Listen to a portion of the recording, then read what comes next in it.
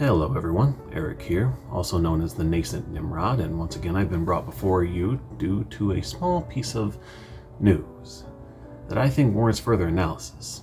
On October 2nd, 2021, a group calling themselves the PAAU released a following video to their platform. Consider this. We are feminists, Black, Indigenous, Latinos, people of color, and white allies. We are atheist, Muslim, Christians, Jewish, and everything in between. We are gay, Straight, Bisexual, transgender, non-binary, and gender nonconforming. and we believe the progressive values of Equality, nonviolence, and non-discrimination are incompatible with abortion. abortion violence is the redistribution of the oppression people of color, Women, the LGBTQ+ community, people who can give birth, and people from low-income backgrounds experience onto an even more vulnerable population. the unborn. Today, we are standing up standing up. standing up. The democratic establishment and saying no more. no more. No más. No more. No more. Black Lives Matter. Trans rights are human rights. Love is love. And let the unborn live. Abortion has no place in the progressive movement. El futuro es pro vida. We are the progressive anti-abortion uprising, and we will not be silent. We will not be silenced. We will not be silenced. The pro-life revolution begins now. Comienza ahora ya. Begins now.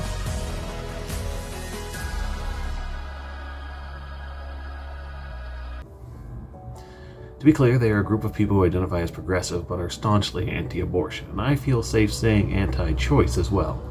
Lest we forget this little gem. Abortion has no place in the progressive movement. So what are we to make of this?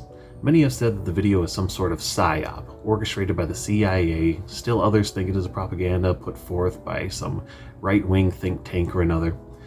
As far as I can tell, it's simply a video by a movement, the Progressive Anti-Abortion Uprising. And the only other notable piece of information I have come up with is that their leader, Teresa Bukovinak, used to be the president of a similarly positioned organization called Democrats for Life of America.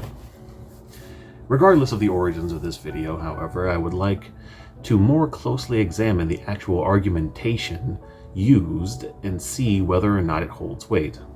To wit, there is a section of the video that clearly outlines what they believe to be core progressive values. Those are the values of equality, nonviolence, and non-discrimination. They claim that abortion is in conflict with these values and that it represents the redistribution of violence away from poor, BIPOC, LGBTQ+, and other marginalized communities towards what they consider to be the most vulnerable population, the unborn. First and foremost, let me talk about the framing of this piece. It is clear that the video is making a naked appeal to identity, not only by mentioning violence against particular marginalized groups, but also by having those groups represented by the actors, performers, volunteers, people in the video. To me, it doesn't make the argumentation any more sound, but if the purpose of the video is to attempt to garner support from within progressive spaces, it is undoubtedly the correct framing to have with respect to optics. Now to the content. I think that the values described herein are pretty standard to a progressive worldview. I feel no need to push back on that aspect of the video, but then we come to their description of the group most at risk in their eyes, the unborn. The fact of the matter is, progressives have a clear line when it comes to personhood, and that line is birth. And if someone is not a person by progressive consideration, then they do not fit within that aforementioned framework of equality, nonviolence, and non-discrimination. Usually. Interestingly enough, that Teresa Bukovinak person I mentioned earlier presents herself like this. That's right, she is for, quote, animal liberation now, which I must admit to her credit with respect to her position. She does seem to believe beings not considered persons, i.e. animals, are deserving of moral consideration, which falls right in line with her conceiving of fetuses as deserving moral consideration as well.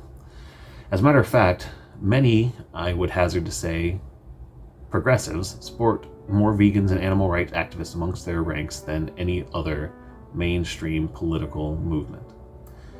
So perhaps there is a leg to stand on with respect to fetal morality in this space. That being said, the most intractable progressive counter argument to this point, and if you know of a better one, please, I would truly appreciate you explaining it down in the comments, would boil the entire matter down to a clash of rights between pregnant persons and fetuses. That person's bodily autonomy versus the fetus's right to life. Now, if we consider fetuses beyond the moral scope of consideration because they are not people, as most progressives do, then the answer is clear. The pregnant person has rights, the fetus does not. But even in the case where we admit that the fetus may be due some moral consideration, perhaps mirroring the type of consideration given to non-human animals, the vast majority of progressives would still agree that the pregnant person's rights take precedence. And finally, even if we consider both fetus and pregnant person full people, the fact of the matter is progressives who believe in rights believe the right of bodily autonomy and the right of life to be sacrosanct. Those rights are in fact two sides of the same coin. And in the case of pregnancy, the pregnant person has the right to remove even another person from their body, even if it may cause their death. Could this be considered violence? Violence only in the way that depriving any other person the use of your property/body might result in their death. Does this follow the principle of equality? The fetus is being treated by the pregnant person how they would treat any other person they would want to disassociate from. We could say then that they are treating the fetus in line with equality.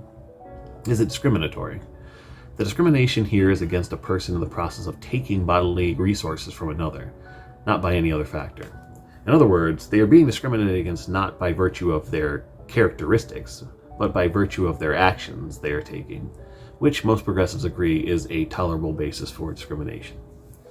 Of course, in this case, the fetus had no choice but to engage in the parasitism, nor can it stop of its own accord.